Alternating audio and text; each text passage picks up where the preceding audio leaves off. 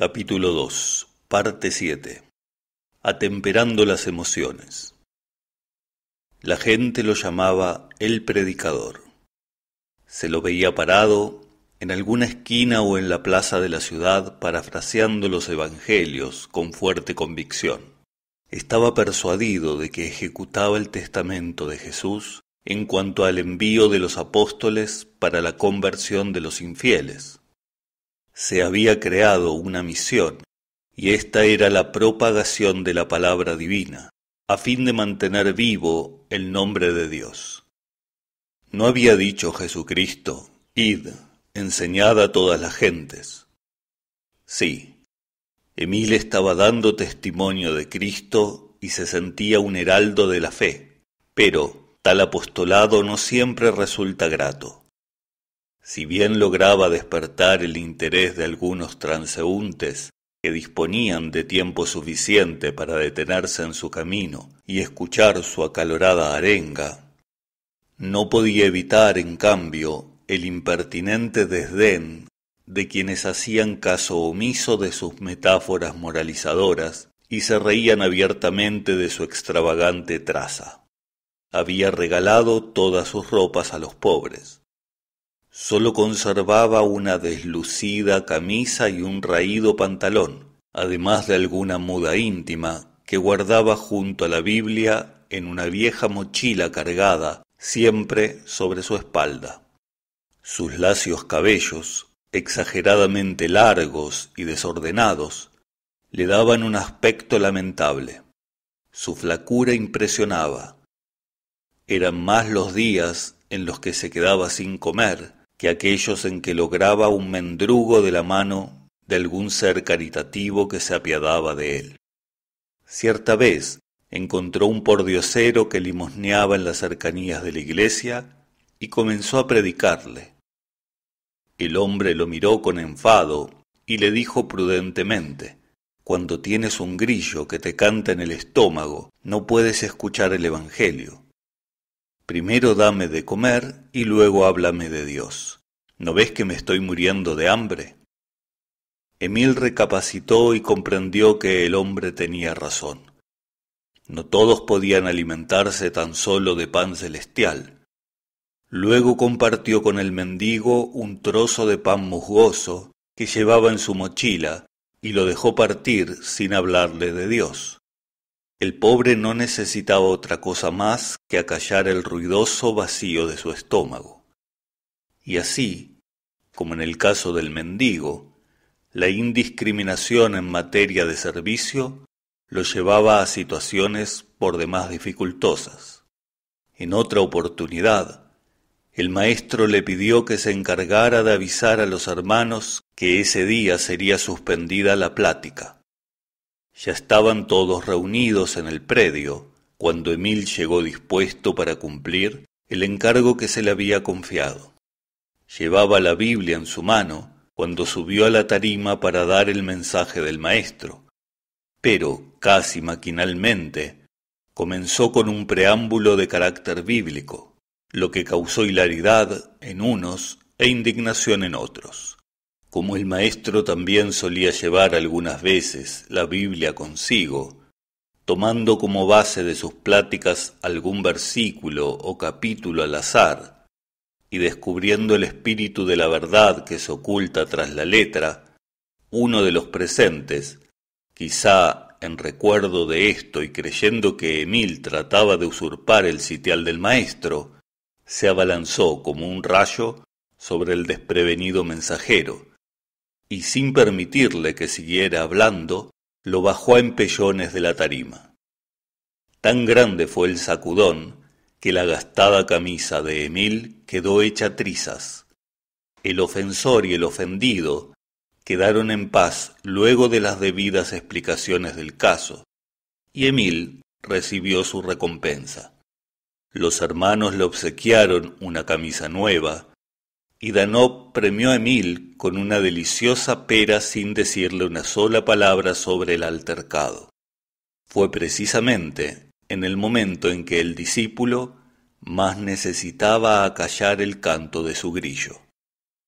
¿De qué podría hablarle entonces su maestro? La vida de predicador, aunque rica en experiencias, no le dejaba tiempo para estudiar y abandonó sus estudios.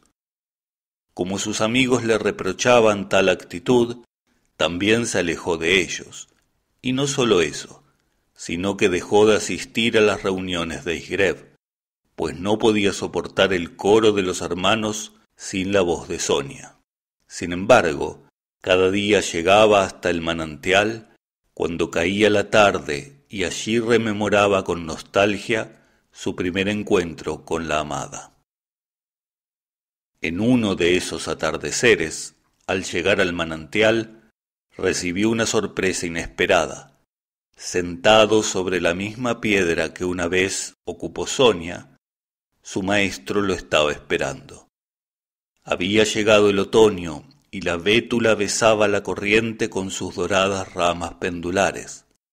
Danov recorrió el árbol con su mirada y luego fijó sus profundos ojos en Emil, quien permanecía inmóvil, confundido, sin poder pronunciar una palabra. «Siéntate», le dijo Danov afectuosamente, señalando la otra piedra frente a la suya.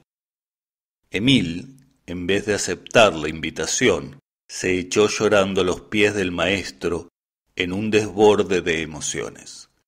Indudablemente sufría demasiado y cierto sentimiento de culpa ocupaba su conciencia. El maestro tomó las manos del discípulo entre las suyas y le dijo quedamente: «Llora, Emil, el llanto es sagrado. ¿Sabías que las lágrimas curan? Recíbelas, ellas lavan y purifican la conciencia. Después del llanto sobreviene la calma». Estas palabras, dichas con tanta ternura, emocionaron aún más a Emil. Cuánto necesitaba desahogarse.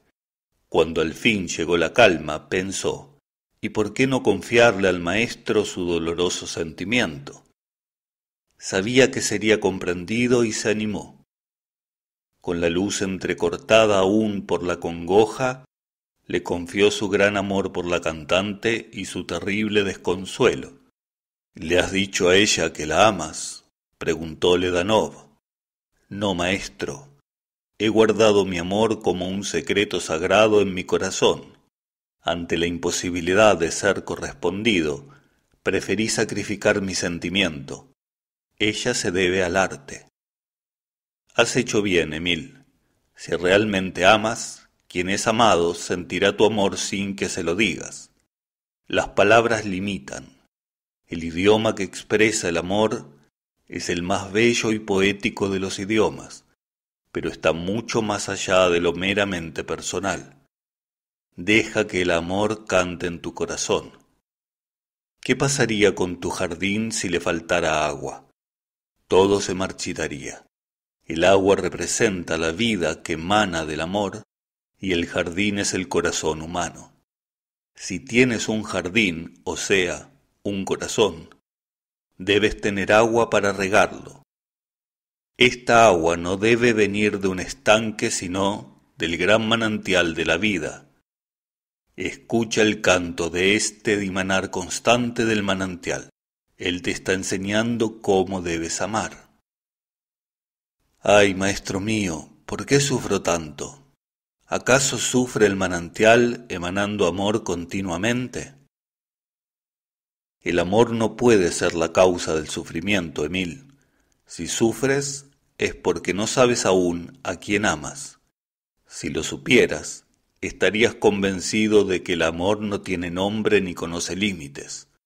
Sabrías que no es a Sonia a quien amas, sino a ese algo divino que mora en ella y que es el amor mismo.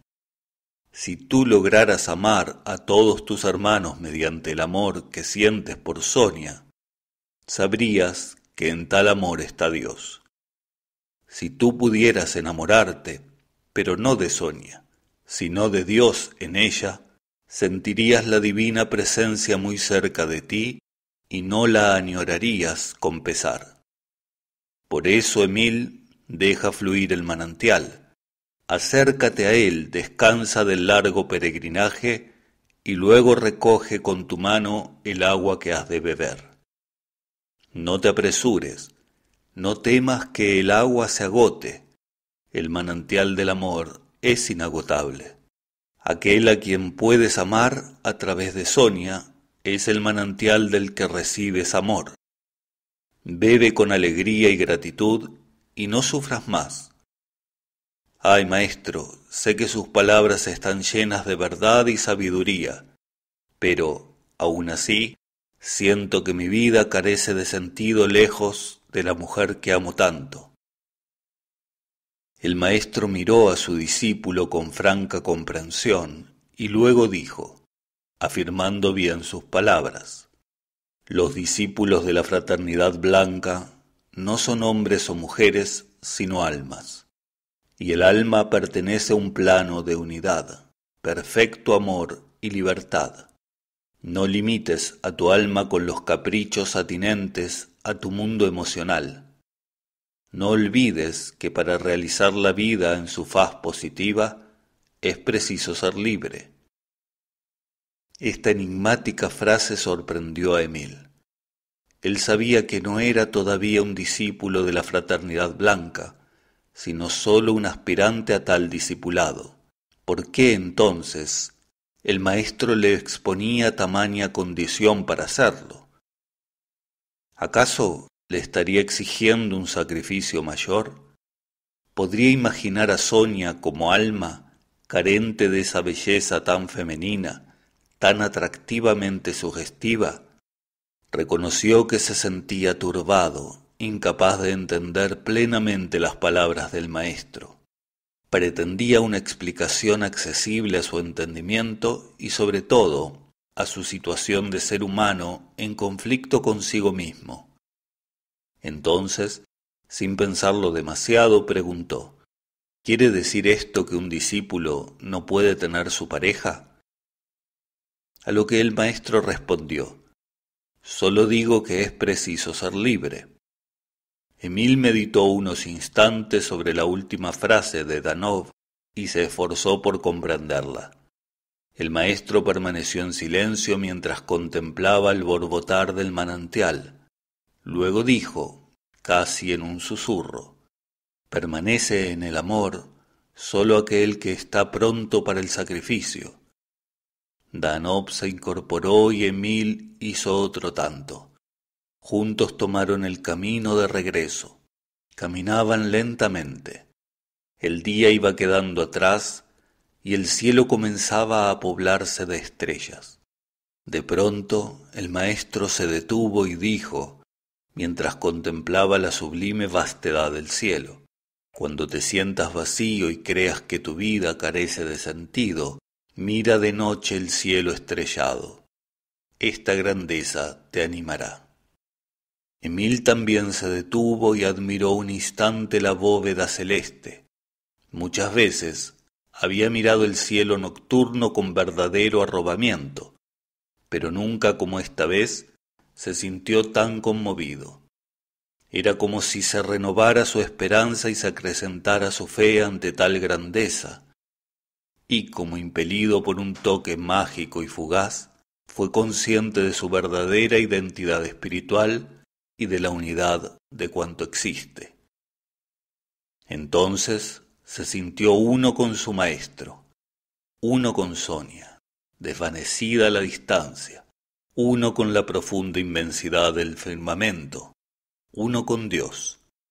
Y en esa sensación de total unicidad fue invadido por franca alegría, libre de ese sentimiento de vacuidad y de negación que tanto lo habían atormentado, vital e insustituible en la inconmensurable significancia del universo. Cuando salió de su éxtasis, Danov ya no estaba a su lado. Lo había dejado solo con esa experiencia que, aun como un destello de fugitiva luz, alumbraría su recuerdo para siempre.